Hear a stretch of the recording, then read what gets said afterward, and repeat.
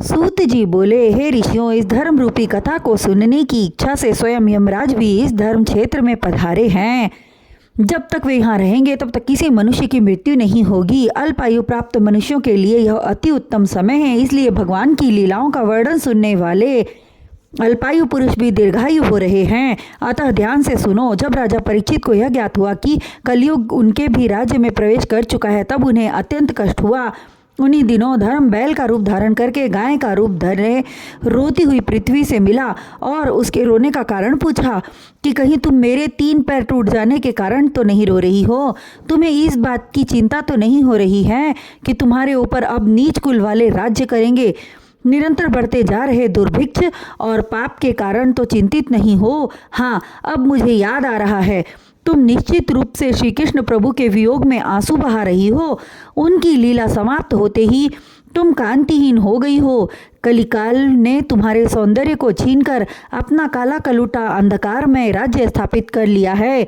तब पृथ्वी बोली, हे धर्म, तुम ज्ञानी होकर मुझसे पूछ रहे हो? अपने खंडित हो रहे तन की तरफ ध्यान दो। तुम्हारे दया, क्षमा और तप रूपी 3 पैर टूट चुके हैं। चौथा पैर जो सत्य का रूप है वही बचा है।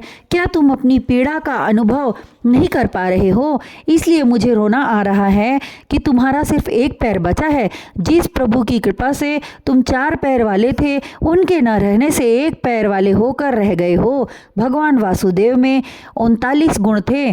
सत्य, दया, क्षमा, पवित्रता, सरलता, क्षमता, संतोष, त्याग, शम, दम, तप, उपरति, तितिक्षा, शास्त्र ज्ञान, ज्ञान, वैराग्य, कोमलता, धैर्य, शौर्य, साहस, तेज, ऐश्वर्य, बल, स्मृति, कांति, कौशल, स्वतंत्रता, निर्भीकता, गंभीरता, शील, विनय, सौभाग्य, उत्साह, कीर्ति, आस्तिकता, स्थिरता, गौरव, प्रेम एवं भक्त वत्सलता, ये समस्त गुण प्रभु में निहित थे। उनके स्वधाम गमन से मेरे ऊपर घोर कलयुग सवार हो गया है, जिससे मेरी समस्त इंद्रियां जर्जर हो गई हैं।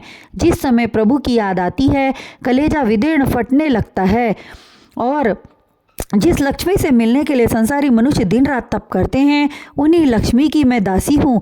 जब द्वापर में कंस आदि के पापों से तुम्हारे 2 पैर टूट गए थे, तब प्रभु ने अवतार लेकर तुम्हारे और मेरे दुखों का अंत किया था, और अब उनके चले जाने से अत्यंत दुखदायी हो रहा है।